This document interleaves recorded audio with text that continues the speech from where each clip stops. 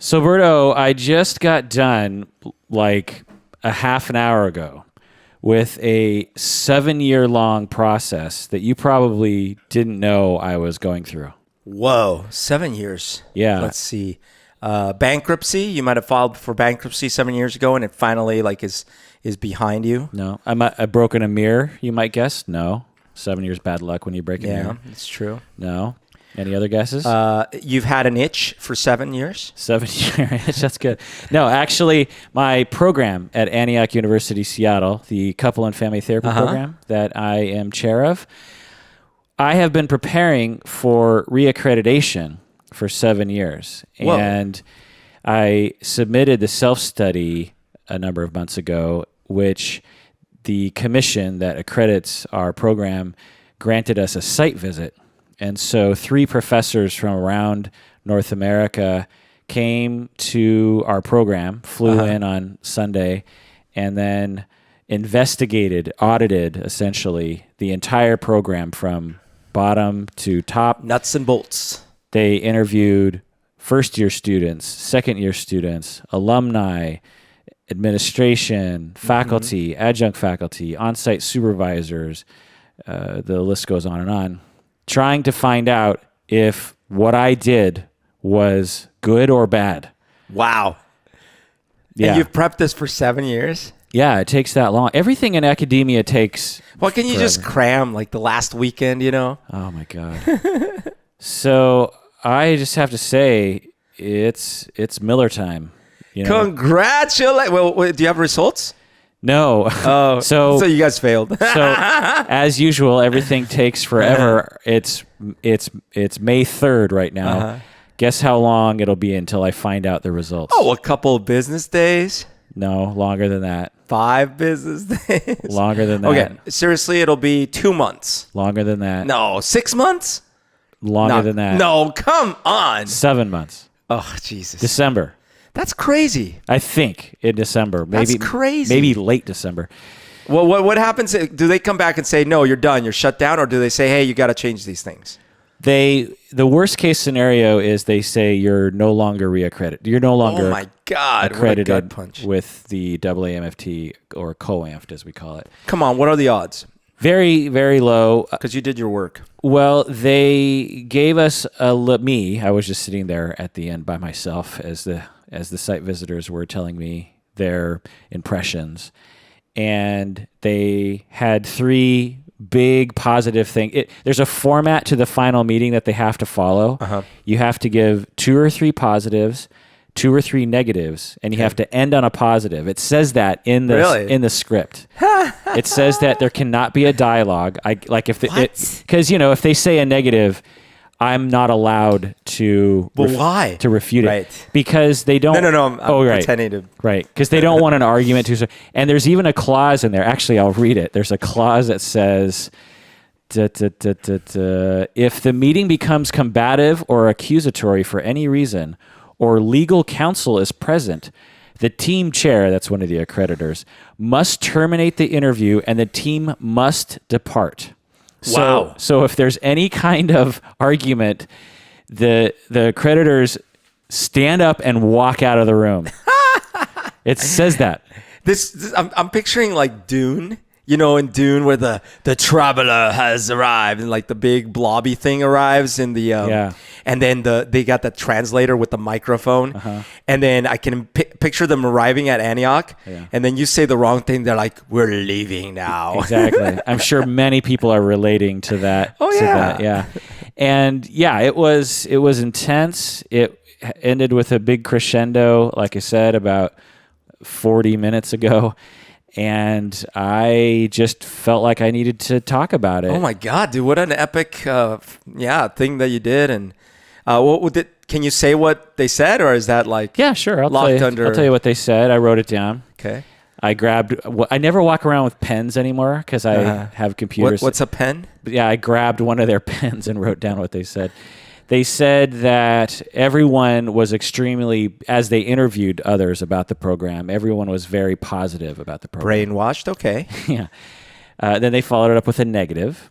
and they said, because they have to do two or three negative, 2 or 3 positive. There were 3 positive, 2 negative. Okay. So they started with a positive, second was a negative. They said they had trouble with I won't go into the details on this because it's kind of complicated. It's so complicated. Essentially, it's a complicated topic, and we made it more complicated. Oh. It's essentially the competencies that we list as the competencies we want our students to learn. Okay. And the system is, it's not complicated on the ground level, but the way we describe it is very complicated. In fact, last June, all the faculty got together to try to revise this thing, and we argued about it for hours. And it's a hard thing to describe what you do in a way that other people can easily understand. But anyway, so I completely agree with this negative. Right. But that negative, in my estimation, is not critical. Sure. It's basically just them saying, we think that the way you describe your competencies is confusing. Is a little confusing. Do you require divination and potions mastery or something like this? Yes. I see. And we don't describe that very well. Yeah. Then they followed up with another positive, and they said the stakeholders, which are students, supervisors, clients, administration, everyone. The stakeholders all commented on how responsive the program was. Whoa. So which is a big deal to accreditors. Like they want academic programs to be very responsive. Is that like when they email complaints, they get a response right away saying, "Thank you for your email"? Or screw off. Yeah, we're very responsive. Yeah. Then the fourth thing they said, another negative, because they got to intersperse. That's right. And they say the governance description of the governance of the program is not very public. And again, extremely minor piece of feedback. And we even talked about it prior to this ending meeting. And he was saying, look, it's not a big deal, but you might want to make it more public for prospective students. And like on the website or something. Right. Okay. Like on a website.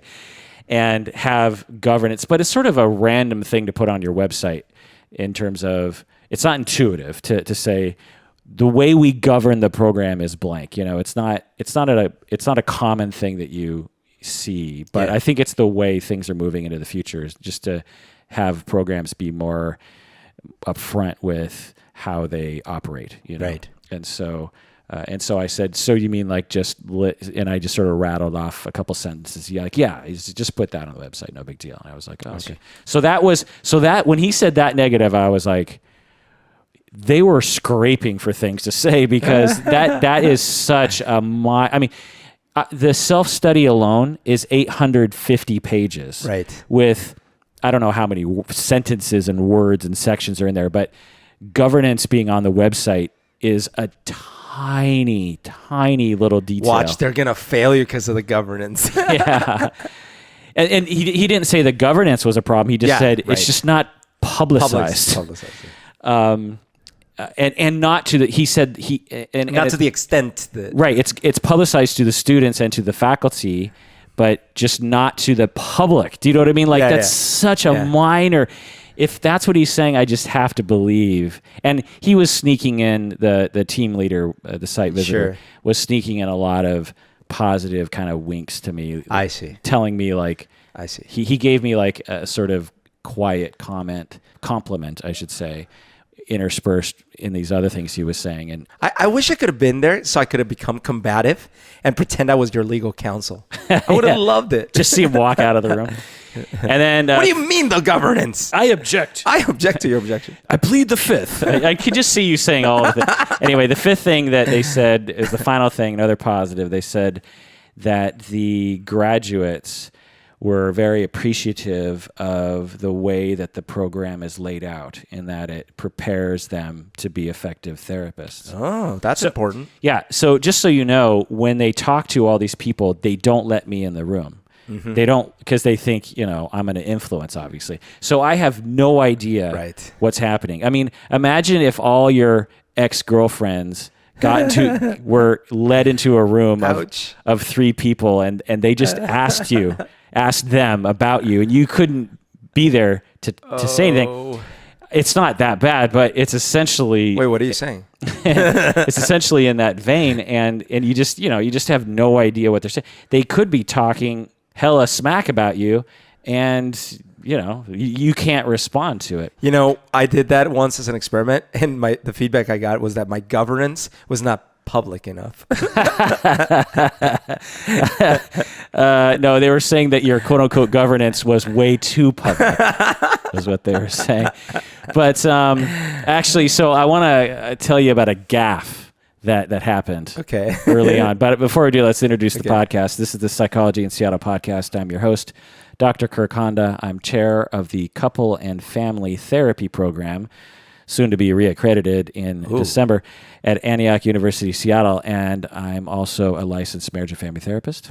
My name is Humberto Castañeda. I am a tic-tac artist. So let me just tell you the gaffe that I did when I met them on Monday morning, yesterday morning.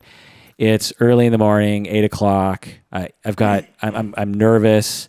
I've been preparing. They have all these things that they want. They want a computer set up at a particular desk. They want a printer. I mean, who has printers anymore? M&Ms, but without the brown ones. Kind of. They want snacks, but I don't know what kind of snacks. They want coffee and tea. And one guy loved Diet Coke. I mean, they had that kind of stuff, but it was unofficial. And so, because they're basically locked in a room interviewing a bunch of people and writing this really long report. Right. And anyway, so I'm nervous. I don't know what's happening, and I'm meeting the three of them. And I meet the first guy, and his name is Russ. Anyway, so it's Russ, and so I'm like, oh, okay, Russ. And then I'm getting sweaty just remembering this moment. I reach out my hand to the second person, the second site visitor, and he's in a I would only assume a Latino accent. I can't obviously say that, but it's an accent, accented English. He says his name, and I cannot. My brain just did not process. Me llamo Rudolfinho. It was worse than that. Like, it was so fast and so like, yeah, kind of. And so it was kind of sounding like that. And my God, I'm such a dumbass. Instead of just saying, I'm sorry, what'd you say? Or can you say it a little slower? Or even just say nothing. Just be like, oh, okay, nice to meet you. I attempted to guess his name. Oh, no.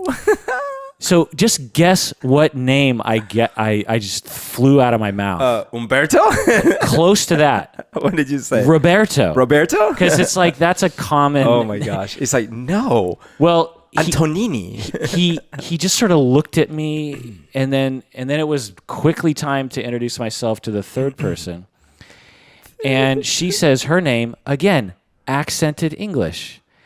I, again, could not understand. You're like, Roberto? Well, by then I had learned from my mistake, and I said, just don't say it. Just you don't need to know these people's names. And so right there, I'm just like, what the F, Kirk? Like, what are you doing? I mean, oh my gosh. This happens to me all the time, by the way. Right. Multicultural competency is a huge thing, right? And we have all these documents about social justice and diversity, and I've been measuring this sort of stuff. And then for him to go blah, blah, blah, and then me to go, Roberto? And he looks at me like, no. And I'm like, oh my God. So then I looked up his name on the documents. Okay, his name is spelled Annabelle. Annabelle. Do you know this name? Is it like Hannibal? No, it's spelled Annabelle. Annibal? But did he say Annibal? Different than that, but Annibal. Like, yeah, really fast. Roberto. Yeah. And I mean, lovely guy. But we hung out all the last. That's couple pretty days. Far from Roberto. It is the opposite of Roberto. And then the other site visitor, her name was Yulia. Not Julia, but Yulia. Yeah. Yulia. But again, in very quick going past my brain, I heard nothing. Yulia. Do you know what I mean? Yeah, that's funny. Whereas Russ, when I hear Russ, I can't misunderstand that. When you introduce yourself to people, I'm sure. Oh yeah, of course. But it happens to me. Like if I meet, and by the way, when I say my name, I do use the kind of the more Latin pronunciation, which I would have thought would help because it sounds phonetic, but it doesn't seem to help because I go, "What's your name?" "Oh, my name is Umberto," and they go, "Robert." I'm like, no, Umberto. Do you get annoyed with that? No, I don't. I just let it go. Just because, by the way, I have problems when I meet, say, Hindu folks, sometimes Chinese folks, because those are sounds I'm not as usual, as familiar with, right? So they'll say, Raju, and I'm like, Raja, right? I'll have the same kind of problems. Right. So no, I don't. But here's where I have a problem. I have a problem if I say my name and then they ask me and I tell them, "Oh, it's Umberto," and then they say something like, "I'll just call you I'll just call you Bob or something," which has happened to me in the past. Not Bob, but they've like, "I'll just call you Bert." I'm like, well, don't. There's other compromises we can arrive at. Like, just call me Umberto. Yeah. That is hilarious. You should. What's that? What's that movie? Not gonna stay here anymore. Oh yeah, Office Space. Remember? Yeah. The guy's trying to read some guy's name. Well, not gonna work here anyways. I just recently watched some clips from that movie. It's so classic. Yeah. So I mean, is Annabelle? Have you heard? No. So it sounds like Hannibal. I guess I was thinking Aníbal. Yeah. Which is Hannibal. Yeah, that's without the H. That's how we pronounce it. Say that again. Aníbal. How am I in my? Well, here's what you're not, Roberto. But say that name with a last name. Oh, nice to meet you. Oh, with a last name? He said his full name. Oh, okay. Aníbal Gutierrez. I don't know. Yeah, like Aníbal Rodriguez. I would be like, I see. So if he says his full, that's true. Because that's a great point. Because a lot of times I go Humberto Castañeda, which is like, whoa. I mean, to you and to me, Humberto Castañeda is a thing. It's a thing. Yeah. I've said it a billion times. It's a cultural phenomenon. Everyone around the world knows it. But yeah, the first time you hear those syllables together, it is like. It's a machine gun of nonsense. Aníbal Gutierrez. Aníbal Mastropiano. Again, lovely man. Oh yeah, it sounds awesome. I bet if we met under different circumstances, we'd be buddies, which I'll explain in my second gaff. Julia is the other one? Julia. Okay. Which was much easier to grasp. But again, I had to run upstairs, get the roster, look at it, and go, Julia. Is that what you call the other dude? The roster? Well, yeah. So second gaff. I'm okay. 7 years preparation. Yes. 7 years. Yes. Okay. One of the billion. Okay, just to give you an idea of all the little tasks. Again, 850 pages that I wrote personally. Yikes! That's a book. That's a published, like Ayn Rand. Yeah. Novel. And that's actually just the main bulk of it. Yeah. There's many other pages of other stuff. Holy crap. And some pages take weeks to write because the table with, I'm not even joking, font 7. Holy shit. Tables with font 7. You're giving me a stomach ache. And these tables are 15 pages long. Do you know what I mean? God. Like, we're talking... It's not just it's like details of numbers and like thing. Anyway, do they actually review all of this? Yeah, they read the whole thing. Oh my God. So I've prepared for everything. One of the tiny little tasks that they asked me to do was to provide a list of restaurants in the area that the site visitors can have breakfast, lunch, and dinner at. Right. You know me. I'm a Yelper. Right. I have a list on Yelp in which I have reviewed 120 Japanese restaurants in the Seattle area. That's crazy. Of which like 100 are in Seattle. I have systematically gone to every single, that's just Japanese restaurants. Sure. And reviewed them on Yelp and compiled a list. There's a list on Yelp that's like, all these and ranked. So I have ranked 120 Japanese restaurants in the Seattle area. I am obsessive about restaurants. Does Yelp send you coupons? No, they send me what they call badges, which I won't go into. You Yelpers out there will understand what that is. But anyway, and I've got swag. I have because they used to have events. Cool. But anyway, what was I getting at? So you're an expert Yelper. I'm, I don't know. I wouldn't call myself an expert, but I'm into it. Right. I'm a nerd for restaurants. So when they asked me what restaurants I should recommend for them to go to, I was like, "Ooh, this is a task that I." So again, this is just one of the tiny little tasks. Sure. I spent probably an hour and again, our restaurant, our university is in Belltown, of which is tons of within 5 blocks. There's probably actually 50 to 100 restaurants. Sure. And so maybe 50. Yeah. Good restaurants. Yeah. There's no Denny's. There's no Sherry's. Oh, you didn't? There's no McDonald's. There's no McDonald's. It's all like Tom Douglas, blah, blah.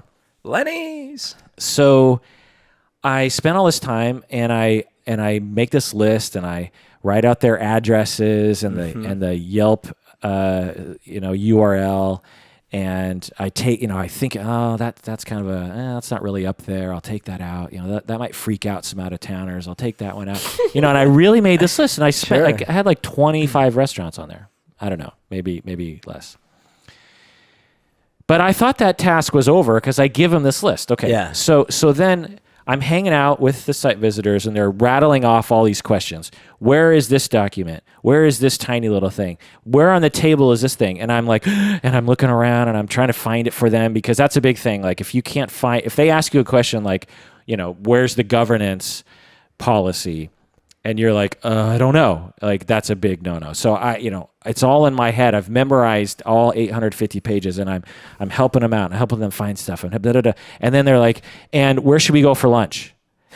And in my head, I'm thinking, I gave you a list. Yeah. Can't you do your own research? But they've got other tasks to do apparently. Yeah. And so I'm like, geez. Well, you've asked the right guy, because I say this to them. Uh-huh. I am huge into restaurants. I live in the area. I live across the street. Uh-huh. I've gone to every restaurant many times. You've asked the right guy. Right. I said that. Like a dumbass. I am an expert. Did you answer their question? So Anibal asks me this, and this is how I know we would be buds, because he, among the three of them, was really into food. You could tell, like, he's in Seattle. Right. He wants to have some Seattle cuisine. All Robertos are like that. They're all the same. That's the funniest joke you've ever said on the podcast.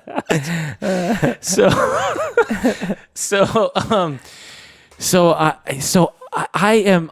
One thing I've realized is I'm not good on my feet when it comes to that, because instantly I rattle through 30 restaurants in my head, and I'm trying to figure out what to say to them, because these are three people from different parts of the country, different cultures, different expectations. They don't even know each other.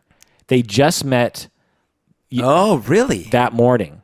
So this isn't their tour that they go university to university and no, they've probably emailed to coordinate, but they met each other. They don't know each other. Holy crap! And so they're probably a little nervous about going to eat together. But anyway, so he asked me this question, and all I can think of is the Japanese restaurant Shiro's, which is, in my head I'm thinking, you can't go wrong with Shiro's. That's a renowned sushi chef trained under the guy from Jiro Loves Sushi, the documentary. Did you see that documentary? Yeah. Shiro. I'm still hungry because of it. Yeah. And so I say Shiro's, and he's like, yeah, and I'm like, oh, it's the best. You can't go wrong with Shiro's. have you seen Jiro's Love Sushi? Of course they haven't. So, you gotta. Anyways, if you've seen this one movie, you gotta go there. And so he proceeds to go online, and he's looking at the menu, and they're gonna order on the phone, and then he's gonna go there and pick it up, take out, because they're gonna come back and continue writing the report. And I'm watching this whole thing happen, and they're spending all this time. He's looking at the menu. He's trying to talk. The woman is like, I'm a vegetarian. I don't eat this. I don't eat that. And they're like, okay, what's... And the descriptions aren't very good. Like the rolls, it just says Washington roll. Yeah. It doesn't it doesn't tell you what's in it. Doesn't say what's in it. And they're asking me, what's in a Washington roll? And then, I'm feeling pretty cocky at this point. So I'm just like, well, usually Washington Seattle roll means salmon and cream cheese. That's usually what it means. And they're like, oh, that sounds good. We're going to order it. We're going around and around, taking a lot of time with this. And then he calls, and he's like, frustrated. He's like, oh, hangs up. He's like, they don't open till 5:30. Oh! And in my head, I'm like, Kirk, of course Shiro's doesn't open till 5:30. Why did you tell them Shiro's? And I'm like, oh. You asked the right guy. The look on his face. Again, they spent several minutes like discussing the menu and da-da-da. So then he says, okay, well, what's another place? And instead of saying, look, I can't think straight. Like, you got to give me 5 minutes because I've learned from my lesson. I've got to think better about. I've got to. Yeah. Or what I should have said was, hey, let's check my list that I sent. The second best joke you've ever said. And so instead of that, I don't know where my brain went, but Sea Star just popped into my head. Okay. Do you know Sea Star? Yeah, but it's pricey, isn't it? Yeah, but I'm thinking it's good food. Sure. I've been there once. Uh-huh. It's supposed to be good. And there's one down there? I know that there's one in Bellevue. Bellevue, yeah. Okay. So then I say, well, Sea Star is supposed to be, and I say it with a lot of conviction. I say Sea Star is supposed to be the best seafood in Seattle, or one of the best. Uh-huh. And so I say, let's go there. So he goes online, again, looking at the menu, talking about it. He's they're going round and round. Did you check the time right off the bat? They look at the time. It's open now. You're pretty happy about it. He's, again, long process. I'm a vegetarian, blah, blah, blah, they're going around and around, and I'm just like, okay, this is working. He's looked at the prices. He's okay with it. Then he calls the number that's on the web. I can't see the website because he's faced away from me. He calls the restaurant, and he's like going through this dial, or what do you call the menu? Oh, yeah. He's going through a lot of menu, and he's like, this is all. Yeah, he's getting frustrated again, and I'm like, oh no. And he's like, it's just a reservation line. Oh. And I'm like, oh, well, and so I'm like, dude, so I pull out my phone, I open my Yelp app, type in SEA, okay? Because on Yelp you can just type in the first couple letters and it'll give you a suggestion. Uh-huh. I'm again, just foible after foible. I click on the first thing that I see. Uh-huh. I'll tell you, I didn't realize at the time, but I click on Sea-Town, which I think is another Tom Douglas restaurant, but it's not Sea Star. Okay? Uh-huh. It's not it. I typed in SEA and just clicked on, and it gave me, it said, do you mean Sea-Town? And I said yes. Because no. I call the number on my phone. Oh my God. And I go, here it is. No. I hand in the phone. Oh no.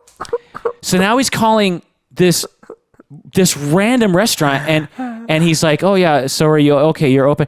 Can I order something for takeout? Oh, good. And I'm like, oh, it's working. And he's like, so I would like the Washington roll. The what? And I'd like the da-da-da. And he's like, oh, I'm looking at your menu right now. And I'm like, oh my God, what's happening? he's like, and then no. now he's really frustrated. He hangs up the phone and he's like, that was Seatown. And I'm just thinking, oh my God, what am I doing to this man? What am I doing? And they're hungry. Oh no. And I'm just like, what am I doing? Seatown. So I go back to my Yelp app and I'm like, okay, I'll find C-Star. Sorry about that. And I'm looking at C-Star and I cannot find a C-Star in Seattle. What? So, and then it suddenly hits me. I haven't been to C-Star in 3 years. So maybe there isn't a Seattle C-Star now. Did it close? I'm looking at the website right now, and there isn't one listed in Seattle. But it's closed. I'm looking at So they closed. It closed. So I gave the man the wrong restaurant. I tried to look up the right restaurant. It's closed, and I'm trying to figure out when it closed. Maybe. Oh my God. It looks like it was open at least 2 years ago. So maybe it closed 2 years ago. But still, that's 3 blocks from my house. I didn't know it closed. Oh my God. So now I'm swearing. I'm like, God damn it, I'm sorry. And I'm just thinking, what is wrong with me? I'm a Yelper. You asked the right guy. I'm an expert, Roberto. You asked the right guy. So then You should have kept referring to him as Roberto anyway. God. So then one of the other site visitors stands up and says, let's just go to the cafe in the university, which is essentially like a cafeteria. Yeah. It's not great, Yeah.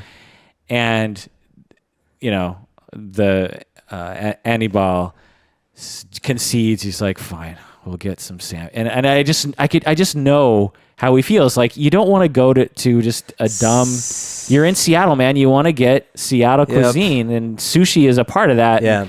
And I just ruined the whole thing. Oh no. So have you figured out what you want to do now with your life? What's wrong with me? Why? Roberto? Well, at least it was about food. Yeah. It wasn't about the subject matter. In the midst of 7 years of preparation, all these dots on I's, all these crosses on T's, just so much I did, and then I call him Roberto and then send him to a closed restaurant. Twice. One that's not open and one that's not even in existence anymore. Oh man. It was just the best is you hand him a phone. Here, talk to them. Yeah, like, dude, I can call. Just no problem. There's a special place in my shame heart for when I declare that I am awesome, and then I go the opposite direction. A similar thing happened when I did bar trivia. They had a question about astronomy. Oh, I think you told me this. And I declare, this was 3 years ago, and I remember it like it was yesterday. I declare, astronomy, I'm your man. I tell my team. All you guys know the stuff about Lady Gaga and stuff that I know nothing about, but astronomy, that's me. In a walk in the park. And they asked the question, I confidently provide the answer. I think I said Saturn V or something. Confident. Oh, Saturn. That's a what do they call it? Underhanded pitcher. Softball. Softball. That's a softball. I can hit that one. I didn't know what you were doing with your hand. But and then I got it wrong, and Jiminy Crickets, what a dumbass. Anyway, so today I thought we'd read patron emails. What do you say? Let's do it. Okay. Also, a little note, if you've emailed in, particularly if you're a patron, I will definitely get to your emails. It just might take some time. In fact, a lot of these emails were from months ago that I'm finally getting to. So if you've emailed in, I'll definitely get to it. Many of your emails I already have gotten to, but just know that I always prioritize patron emails. Okay. Also, another thing I want to clear up is one of the students in the site visitor meetings. Oh, yeah? Said that she heard another student say that this podcast, or my other podcast called the Couple and Family Therapy Podcast, I have 2 podcasts.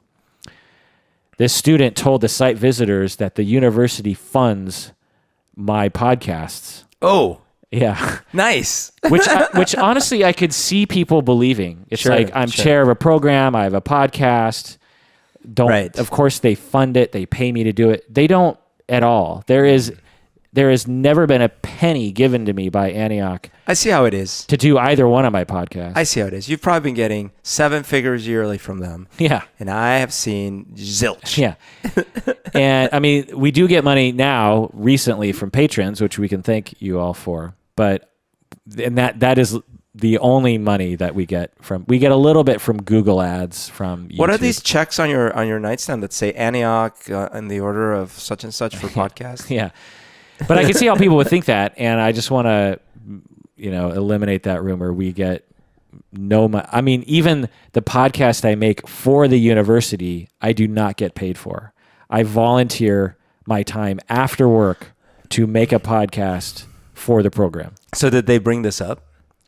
No, I'm sure it doesn't matter to them at all. But one of the students said, so another student said that the podcast was funded by the university. I don't think that's right. I just wanted to tell you another student thinks that. And then I thought, you know what? I could see people thinking that. Yeah, sure. But anyway, all right. So here's an email. Dr. Honda, I particularly enjoyed your episode on borderline. That alone is worth my contribution to psychology in Seattle. I picked up on the comments about mental disorders having a relational interpersonal component. That's a difficult concept to get across in today's simplistic cause and effect mindset. Same goes for the liberal use of psychotropics. How is a drug going to fix a situation involving multiple actors, and in a 15-minute office visit, no less? I far more value the work of psychologists, counselors, coaches, therapists over the work of psychiatrists who seem to have earned the name shrinks. Thank you again for the podcast, patron JP. Was he talking about Desperately Seeking Susan? Why? What's from that? Well, he referenced Borderline, and then he was talking about all these actors. Yeah. Right. So just a little comment here. Yeah, I, as a relational systemic family therapist, even when I'm working with individuals, which is about half my private practice, I am thinking relationally, not only with my clients and other people, but also my client and myself. Relational psychodynamic therapy, relational psychoanalysis is highly influenced, is a thing I adhere to. Also, another thing here is psychotropics. Yeah, psychotropics have their place, and they can be overprescribed for sure. They're often not useful, but they can be absolutely useful sometimes. And I am like patron JP in that I value the work of therapists. But a little comment here is that psychiatrists have earned the name shrink, and I just have to say we've all earned the name shrink. It's not just psychiatrists, right? Why is that? Well, what do you mean? Why did he say psychiatrists have earned the name shrink? I think because shrink is considered by many to be a derogatory term. Right? Yeah. So he's okay.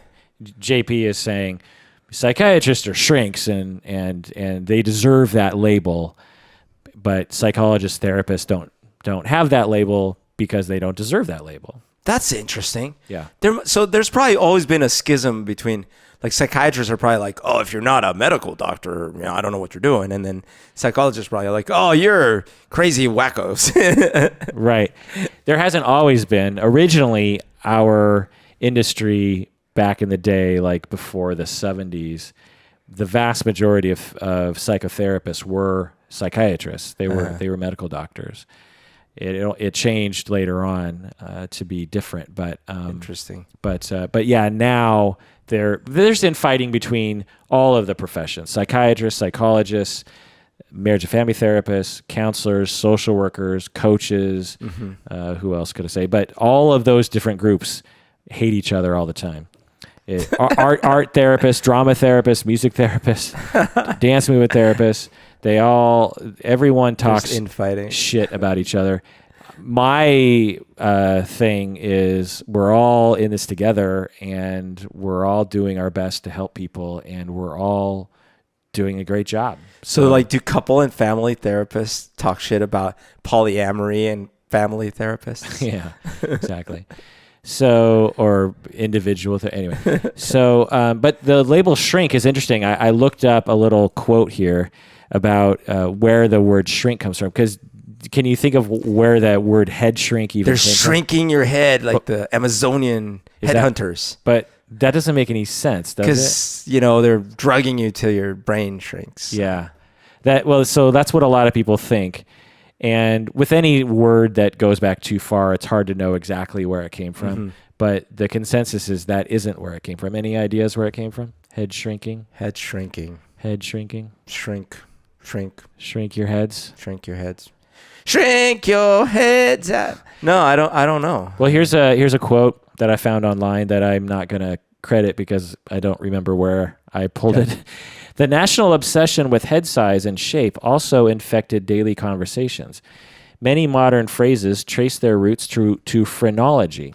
Oh, of course. Including highbrow and lowbrow, well-rounded. Did you know well-rounded was I did not know phrenology, and highbrow, lowbrow, and shrink, as in shrinking certain undesirable qualities. So the whole idea with phrenology was if you had a bump on a part of your skull, that was associated potentially with something negative, like you were too angry or something. So a head shrink was very literal. And so a head shrink literally shrunk that part of your head so that you would get less angry. That's crazy. And so it was actually a compliment. It was like, "Oh, you're a head shrinker. That's great. You can really help. Oh my God. You can really help us by shrinking our heads." Well, what they do? Like hammers? I don't know. Oh my God. I don't know. So, okay, another email here.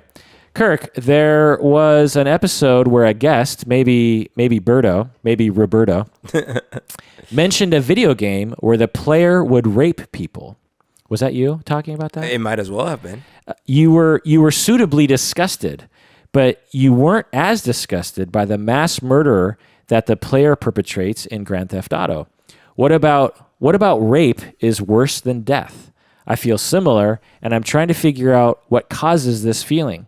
Is it that the rape victim is presumably left alive and therefore further tormented by the memory? Is it a question of empathy? Also, you and Brent Weinbach, a comedian, have a similar voice.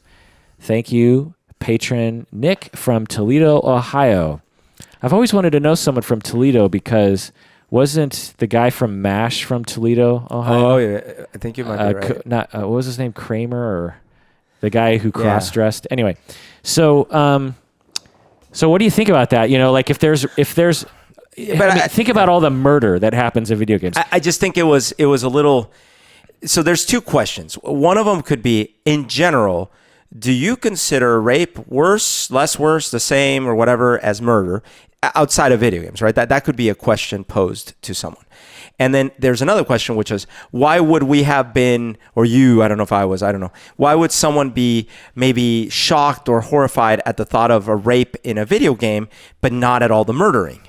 Now, I have a simpler answer to that, to the latter question, because I think it's a matter of getting used to things. So we've now had decades and decades of you shooting things in video games. It started very abstractly, but it got more and more explicit as the years went by, meaning at first you were literally shooting little boxes, but all of a sudden those boxes had eyes and mouth, and then it had actually people running around. Well, let me ask you, so let's say we started having, video games that introduced a little bit of rape, and then over time added more and more rape, similar to how much. Then it wouldn't be as shocking. That's what you think? I don't think so. I absolutely believe so. What I think now, I think that people that have a problem with, so again, the reason I was asking the first question of do you have a problem with it in general, or do you think one is worse than the other, is if our hypothesis is that because we find the murder in video games, quote unquote, okay, now we're starting to feel that murder in the real world is okay. Well, I would say that there's no evidence for that, or there's really poor evidence for that at the very least. And therefore, if we said, well, now there's rape in video games, I think now people are going to rape more or find rape more acceptable in real life. I would also say that that's probably not sustained by the data. I think that what it is when we kill in video games, for most of us, we're killing bad guys. We're killing monsters, we're killing zombies, we're killing villains, we're killing drug dealers, we're killing enemy combatants. And therefore, it feels justified in our moral sense that it's okay. Now, there are some games like Grand Theft Auto where you can kill innocent people, like just run them over with a car. That actually, it does bother me. I can't do that as a video game player. I cannot, unless the game is so cartoonish. Like there used to be this game called Carmageddon. Do you remember this game? Yeah. That game was very low res. Like it was just one of the very first 3D video games on a PC. I'm thinking 97. I played it a lot. The whole objective was to kill as many innocent humans in your car as possible. But it was so video gamey that it didn't feel terrible to me. In video games where I even start video games now saying, okay, I'm going to be evil this time because I want to see what it's like to be evil. I can't do it. It just doesn't, it goes against every fiber in my being. But now I understand that some people do it and it's not that, it doesn't mean that they're psychopathic, but anyway, so my point is that when it comes to killing, we kill bad guys. When it comes to raping, but there's no you're not supposed to rape bad people. Well, that's what I was going to poke a hole at your hypothesis, because if a video game had you, let's say you're playing a Nazi video game and you're the good guys, you're the allies, and at some point you break into a Nazi castle and you're shooting a lot of people, and then you break into a room and there's this Nazi female officer, and at that point you have to rape her. Yeah. Well, she's a Nazi. Yeah. Is it okay all of a sudden? Do you feel okay about it? Interesting question. That's just an interesting question. I mean, according to my definition, it should be okay because she's a baddie. Right. But it's going to feel weird. Bad. It's going to feel bad. Right. And morally speaking, if we just went on overall harm, depending on your religious beliefs, murder is worse than rape. Because at least with rape, someone can live another day. Yeah. Although traumatized, they can recover. Like for instance, I would rather someone rape me than someone kill me. Okay, so maybe I'm going to reverse my position a little bit, because my hypothesis was, hey, if we had started raping in the 8-bit video game era, now maybe we'd be comfortable with it. But actually, maybe there's more to this, and maybe this is one possible reason. Murder can feel fairly impersonal when you're running a thing over or shooting a gun. Right. But rape gets to be quite personal no matter what. Rape is a long process. You can't shoot a gun and rape someone. You have to take their clothes off. And it's like body to body, and it's like personal. Like you can't quite get more personal. But let's take that a little step further. Let's say there's a scene where you're struggling hand to hand. And you're knifing someone or something. Yeah, and that would probably feel okay. Well, I don't know if it would for a lot of people, actually. But probably a lot more okay than having to rape somebody. Yeah, probably. Maybe so then maybe there's the additional... Okay, so I could be right about the desensitization, right? I could be. But even if I weren't, maybe there's another dimension to the rape, which is the sexual dimension, which we have a lot of sexual preconceived things in our head that might make it, in fact, harder to stomach. I think another element here, now that we're talking about it, is that when we kill in video games, it's instrumental. It's either me or him. If you were to rape, which I've never done in a video game, I've never even had that option, I don't think. If I were to rape, what would be the point? There wouldn't be any instrumental reason to rape somebody other than just to get. You're supposed to. If you're a sadistic sexual person, you get pleasure from it, one. And two, you are harming someone over time. Again, I mean, I can almost agree with you, but I could still poke holes at it, because, no pun intended. Because number one, you could be killing just for quote unquote no good reason, like the fun of it or something, right? Like in Grand Theft Auto or something worse that you could imagine, right? Well, like I said, it's hard for me to do that. Right, and it is for me too, right? So, and then the flip side of that is, and I think I ultimately land on your side on this, but I could imagine a scenario where, in the video game reality, this one criminal they have raped a whole bunch of women, and now there's a scene where you are like, you're getting medieval on his ass, basically, because you're payback time or something. Yeah, now, but I would still find that extremely, I probably couldn't do it and stuff, but I'm saying, like, now you've set up a moral payback situation rather than a just for fun thing or something. Actually, I think this is what it comes down to, in my opinion, is that killing in our culture means something quite different than raping in our culture. Yeah. Like, when you think of killing in general, killing has meant so many things. It's meant self-defense. It's meant World War II. It's also meant murder of women or children, or your political wife. Things. Yeah, political things, or A2 Brutus. Murder means so many things. The Smiths.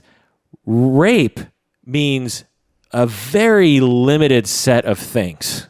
There's the in our culture, the times or the incidents where we hear or see rape, either depicted in art or in real life. Yeah. The reasons for it are very limited. It's sexual sadism, or power and control, or abuse of children, or there's no other meaning of it other than just horrible. It's associated always with horrible things. Yeah, that's true. In World War II, when the Americans went across France, invading Germany, and brutally killing Germans and German soldiers, it's seen by many as a glorious act, a sacrificial act by Americans to free the Jews, to liberate Europe. Yeah. It's so killing is equated in our, I'm not saying that's what it is, but I'm saying in our culture, there are contexts in which killing is seen as grandiose and great. Right. And stuff. When Tom Hanks is shooting his handgun and Saving Private Ryan at the tank, and the tank blows up because an airplane with a tank buster bomb blows it up.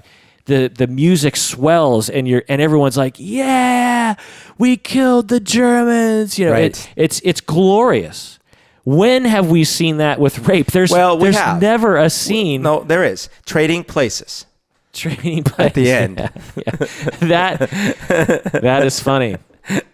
Yeah, there are times when rape is depicted in this very odd, especially in the 80s. Yeah. This very odd, like in 16 Candles. Wait, what happened? So for the listeners, in Trading Places, Jim Belushi, right? Yep. Isn't it Jim Belushi? Yep. He's dressed up. He's hiding as they put him in a... No, he's in a gorilla outfit. Yeah. But then they grab that gorilla outfit and they put it on the bad guy. Right. And they leave him tied up in the train. Oh, it's not Jim Belushi. Okay. So they put the bad guy and they tie him up in a gorilla outfit, and they put him in a cage with a male gorilla. And the male gorilla proceeds to rape him. Oh, we don't know if that's what happens. It's pretty clear. All we know is his eyes go really wide. It's pretty clear that he sticks his thing up the guy's butt. But here's the thing: gorillas are supposed to have really very small penises. But anyway, so the rape isn't too bad. But then the other scene that in 16 Candles is when Anthony Michael Hall, King of the Nerds, is set up by Jake Ryan. Gives his girlfriend, Jake Ryan, the hot guy, gives his hot girlfriend, who's extremely drunk and on drugs. Yep. Gives his extremely intoxicated, basically roofied girlfriend to the king of the nerds and gives him his car. And then he tells his girlfriend, the guy driving the car, the nerd driving the car is me. Oh my God. And so treat this guy as if you would treat me. And so the king of the nerds drives off with this hot girl in his car and he has sex with her. Yeah, that's the implication. No, they said it. They say it? Yeah, when they wake up in the morning. Oh my God. When they wake up in the morning, they're talking and the king of the nerds says, "Oh man, I got so drunk last night." And he turns to the girl and they're both groggy and he says, "So did we? And she's like, yeah, we did. And then instead of her saying, "I'm calling the cops because you raped me while I was intoxicated," or he's saying that because apparently he was too intoxicated or something, instead of that, she's like, "And it was pretty good." Okay, so there's some movies that could have only been made in the 80s or before. Yeah. Revenge of the Nerds has a similar... I mean, seriously, if you look at a lot of the movies, maybe even up until 1995, you couldn't get them greenlit now. Absolutely not. And it just tells you that our society has progressed because back then, I saw those movies. Yeah. That did not trigger me at all. Racism was overt. Yeah. Sexism was overt. Rape culture was apparently just a thing. Right. It didn't bother me at all. It's like, well, I mean, what's wrong? In my head, the question never even went through my brain of, well, what's wrong with a super drunk, hot girl, especially because you didn't like her. She was one of the villains.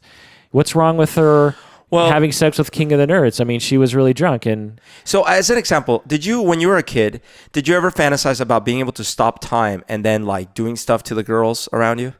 What? Yeah. Is this one of your fantasies? This was my fantasy. I'd be in junior high. Yeah. Or whatever. Yeah. What would you do to them? Like, so basically, here's what it was. There were cute girls in my class. Oh no. So my fantasy was I could stop time. And then I could go like fondle them and stuff like that. So can you imagine? I was fantasizing sexually abusing all these people and I didn't realize it. Because to me it was like, well, what's the big deal? If time is stopped, all rules are out the window. Oh my God. But do you understand that was literally the theme of many 80s movies? Like Zapped. And your fantasies apparently. Yeah. God. I mean, think awful. of Zapped. Do you remember the movie Zapped? No, wait. When did you stop having this fantasy? Last week. No, seriously, man, this is awful. No, I mean, I don't know, but that was definitely a fantasy that I had. Oh man! And but do you remember the movie Zapped? No, I don't know if I've ever seen it. Scott Batch? No, not Bakula. Oh my God! What was Charles in Charge? God. That guy. Yeah. He had these powers, these telekinetic powers. I forget how he got them, and he could move shit. Scott Baio. So in the movie, he could like lift girls' skirts and stuff like that. It's like those Japanese pantsing videos. Oh my God. That's what it is. Oh yeah, a high school science nerd gains telekinetic powers, and he takes revenge against bullies. Yeah, but he also does, like the poster even has him lifting a skirt. Yeah, that's and then if you have like, and all of his friends are looking up the. That's right. So what I'm saying is, in the 80s, my fantasies would have made a great 80s movie. So we've advanced a lot. All right, next email. Let's move on from that disturbing material, Alberto. Oh, wait. Before you label me fully disturbing, did you not have a conversation about what you would do if you were a ghost? Or sorry, if you could be invisible? Yes. Because everyone, I remember at the time, like, what would you do? The guys would be like, "Oh, I'll go into the girls' locker room, of course." Like to a man. Yeah. And I don't know what the girls would say because I never talked to them about it. But what I said I would do, and this is as an adult. This is the Porky's fantasy. Yeah. Is I would fight crime. I would stop people from doing bad things to kids. Yeah. All right. I'm not even joking. If I had powers like that, I always think like how I could reduce suffering. It's a goal of mine in life, I guess. No, anyway. I think that would be very noble, and it's definitely what I would do now. Yeah. But at that age, we wanted to go into the girls' locker room. Yeah, and basically, it just means I'm a better person than you. I think so. Patron Megan writes in, about the Borderline episode. That truly made me a little emotional. I was diagnosed at 19, and I was lucky enough to find a therapist who views personality disorders the way you do, but it is rare. I work in the mental health field now, and through obtaining my degree, I was horrified by the kinds of things clinicians say about people with borderline. Anyway, so she goes on and thanks me for the episode. Yeah, the borderline episode was quite popular with the listeners. It's a patron-only episode, by the way. If you're not a patron, become a patron by going to patreon.com, and you can listen to that episode. I talk a lot about my work with people who suffer from borderline traits or full-blown borderline personality disorder. I review the diagnosis and my opinion as to the genesis of the disorder, and all that is in the episode. So go ahead and... I'm very personally split on that episode. So patron Diana wrote in and said, I have to say that I was a bit disappointed in how you addressed the patron's concern with her husband's sexism. So we did an episode, I think Paulette was in that, not you, Berto, and we were talking about, can men and women be friends? Oh. And the woman writing in, she was asking how she could get her husband to do half the chores. They both worked. Oh, okay. Something like that. And I think I said, if I remember right, and Paulette might have agreed with this, that she should use sex as a reward.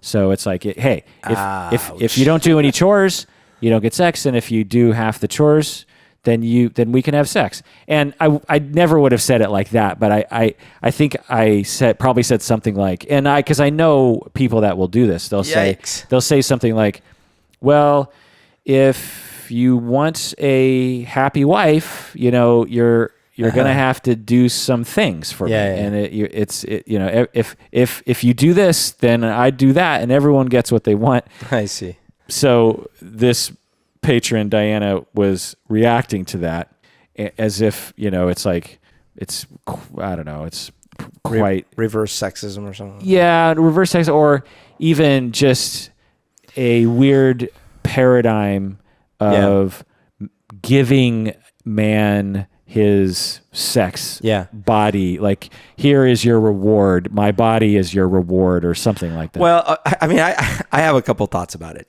On the one hand, I actually think there is a reality to that. It's not a reality I'm happy about, but I do kind of think, and this is where I would probably land in trouble and get in a 3-hour debate with people.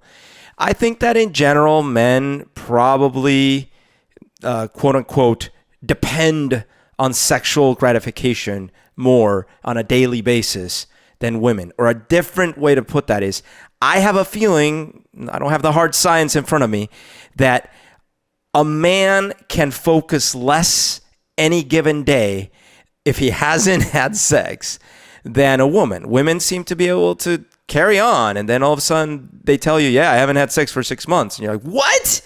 But anyways, now that I've gotten myself in trouble with nearly everyone, then I'll say, just because that seems to be a case doesn't mean that it should be used as a quote-unquote weapon. I think that for the relationship to be healthy, sex shouldn't be treated as some sort of currency. It should be treated as something that they both enjoy and they both want, and they both work to try to make time and place for it. And she goes on to say, my question is, why are the men treated like children? If this reward system works and the woman is in agreement, that's great, but it still feels off to me.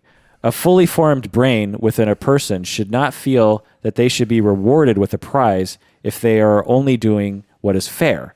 It still smells of patriarchy to me. I completely agree with you. Yes. Patron, Danny, and you do too, Berto. Yeah, and that was, I think, what I said in the episode, which is, I get quite frustrated personally when I'm dealing with heterosexual couples and the husband will say things like, well, sure, I help out with the chores. They both work full-time jobs. Right. They have children. And the husband just expects the woman to do 90% of the child rearing, 90% of the chores, and work 50 hours a week. and he just thinks, well, isn't that just the way it is? And again, if they walked in the door and they'd never talked about it before, which sometimes happens, okay. But once we talk about it in session for a few times and he's still not taking action, right? Because that's the other thing is some men won't even adjust their brain, but even the ones who do will often the next session when I ask them, so in one session he says, yeah, I totally agree, that's wrong. I need to do 50%. You're right. And I realize that I'm deteriorating my marriage. My wife is sitting there saying that she will likely divorce me, which happens. She'll likely divorce me if I don't step up to the plate. I'm definitely going to do it. We come in next session, no movement. Oh. Or 1% increase or something. I did one dish. Yeah. And the wife is like, no, he didn't do anything. And I look at him and he's like, yeah, I guess, I don't know. It's just kind of hard. And I'm just like, what is, so yeah, I get it. And of course, culture is the problem. When you train people to think a certain way for tens of years, it is very difficult to break that way of thinking, particularly when you benefit from not changing from that way of thinking. Yep. So I get it. And believe me, it frustrates me. But sometimes, in the scope of therapy, which on average is something like 5 sessions, you don't have time to break down someone's paradigm in that way. Yeah. And you might have to get a little crude and get a quick solution that doesn't create a situation that we could frame and put on the wall, but one that actually works. You know what I mean? Well, you heard it here first, ladies. If you want us to respect you, make sure to give up your bodies at the moment's notice. God. Oh my God. I kid. No, ultimately though, I stand by what I said. Sex should not be a currency. It should be something that you both enjoy and work hard to enjoy together. Yeah, absolutely. Well, on that note, that does it for another episode of Psychology in Seattle. Thanks for joining us out there. If you haven't become a patron, please do so. It's a wonderful time to be a part of. It's a wonderful time in the neighborhood to be a patron of piss. Yeah. Would you be mine? Would you be mine? And also, if you're an advertiser, let us know, because I'm muddling my way into figuring out how to add ads to the podcast. Ooh, what if we advertised our podcast on the podcast, like Inception style? Whoa. Let's go. We need to go one level deeper. The world is folding in on itself. Please take care of yourself because you deserve it.